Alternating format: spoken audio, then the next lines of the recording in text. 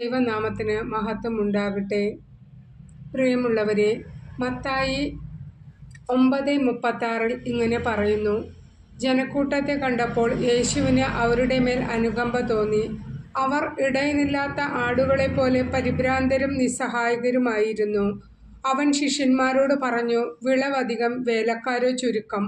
അതിനാൽ തൻ്റെ വിളവിൻ്റെ ഭൂമിയിലേക്ക് വേലക്കാരെ അയക്കാൻ വിളവിൻ്റെ നാഥനോട് പ്രാർത്ഥിക്കുവിൻ. ഇത്രയധികം ജനക്കൂട്ടത്തെ യേശു കണ്ടപ്പോൾ യേശുവിന് തോന്നിയത് അവരെക്കുറിച്ചുള്ള വേദനയും ദുഃഖവുമാണ്. ഇവരെ സഹായിക്കാൻ ആരുമില്ല എന്ന വിചാരമാണ് കർത്താവിനുണ്ടായത്. പലവിധ വ്യാധികളാലും മനോദുഃഖത്താലും പ്രശ്നങ്ങളാലും തന്നെ തേടി വന്ന മക്കളോട് അവിടുന്ന് അതിരിട്ട കാരുണ്യം കാണിക്കുന്നു. ശിഷ്യരെ നോക്കി കർത്താവ് പറയുകയാണ്, വിളവധികം, വേലക്കാരോ ചുരുക്കം. വിളഭൂമിയിലേക്ക് വേലക്കാരെ അയക്കാൻ വിളവിൻ്റെ നാഥനോട് പ്രാർത്ഥിക്കുവിൻ. പ്രിയമുള്ളവരെ, യേശു നമ്മെ ഓരോരുത്തരോടും ശിഷ്യന്മാരോട് പറഞ്ഞത് തന്നെയാണ് പറയുന്നത്. മറ്റുള്ളവരെ രക്ഷിക്കാൻ നമ്മളാൽ സാധിക്കുന്ന വിധം യേശുവിൻ്റെ രക്ഷയെക്കുറിച്ച് പറഞ്ഞു കൊടുക്കുക. നമ്മൾ ഓരോരുത്തരും അനുഭവിച്ച യേശുവിനെ കാണിച്ചു കൊടുക്കുക.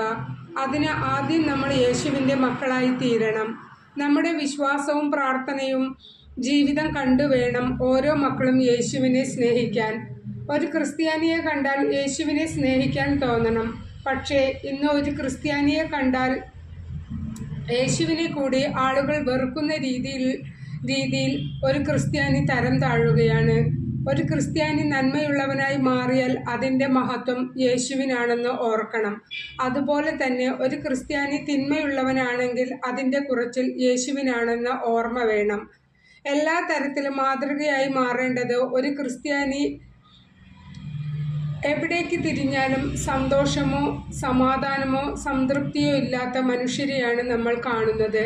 പ്രിയമുള്ളവരെ, യേശുവിൽ ആശ്രയിക്ക്. ഈശോ വചനത്തിൽ പറയുന്നുണ്ട്, എന്നെ കൂടാതെ നിങ്ങൾക്കൊന്നും ചെയ്യാൻ സാധിക്കില്ല എന്ന്. അത് പരമാർത്ഥമായ സത്യമാണ്. പ്രാർത്ഥിക്കുന്ന മക്കൾക്ക്, ദൈവാശ്രയത്തിൽ ജീവിക്കുന്ന മക്കൾ നശിച്ചു പോയതായി ചരിത്രമില്ല. പ്രിയമുള്ളവരെ, എവിടെ ജനക്കൂട്ടത്തെ കണ്ടാലും യേശുവിൻ്റെ ഹൃദയം വേദനിക്കും. അവർക്ക് വേണ്ടത് ചെയ്യണമെന്ന് യേശു വിചാരിക്കാം. അപ്പോൾ പ്രാർത്ഥിക്കുന്ന ഒരു വ്യക്തിയെ കണ്ടാൽ യേശു വെറും കൈയോടെ പറഞ്ഞയക്കുമോ? നീ ആഗ്രഹിക്കുന്നത് നന്മയുള്ളതാണെങ്കിൽ, സത്യസന്ധമായതാണെങ്കിൽ കർത്താവ് നിനക്കത് ചെയ്തു തരും, തീർച്ച. അതുപോലെ രോഗികളെ കാണുമ്പോൾ ഈശോയ്ക്ക് സഹതാപമാണ്. പ്രിയമുള്ളവരെ, വിശുദ്ധ ഗ്രന്ഥത്തിൽ പറയുന്നുണ്ട്, ഒത്തിരി രോഗികളെ അവൻ കൈകൾ വച്ച് സുഖപ്പെടുത്തിയെന്ന്. സ്നേഹമുള്ളവരെ, മനസ്സ് മരവിച്ചു പോകരുത്. ഒരു പ്രശ്നം വരുമ്പോൾ പ്രാർത്ഥിക്കാൻ സാധിക്കാത്ത വിധം നിന്റെ മനസ്സിനെ പിശാചി കെട്ടിയിടും. അത് തിരിച്ചറിഞ്ഞ് കൂടുതൽ ദൈവത്തോട് പ്രാർത്ഥിക്കുക. സഹന സമയങ്ങളിൽ സാത്താൻ നമ്മെ പ്രാർത്ഥിക്കാൻ സമ്മതിക്കുകയില്ല. 75% ആളുകളും ഈ കെണിയിൽ വീണു പോകും. ഒന്നും പ്രാർത്ഥിക്കാൻ സാധിച്ചില്ലെങ്കിൽ പോലും യേശുവേ, ഈ പ്രതിസന്ധിയിൽ ഇടപെടണമേ എന്ന് മാത്രം പറഞ്ഞാൽ മതി. കർത്താവ് ഇടപെടും.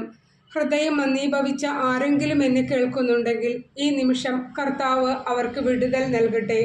യേശുവിൻ്റെ വിലയേറിയ പരിശുദ്ധ രക്തം ഓരോ വ്യക്തികളിലേക്കും അയച്ച് പ്രാർത്ഥിക്കുന്നു.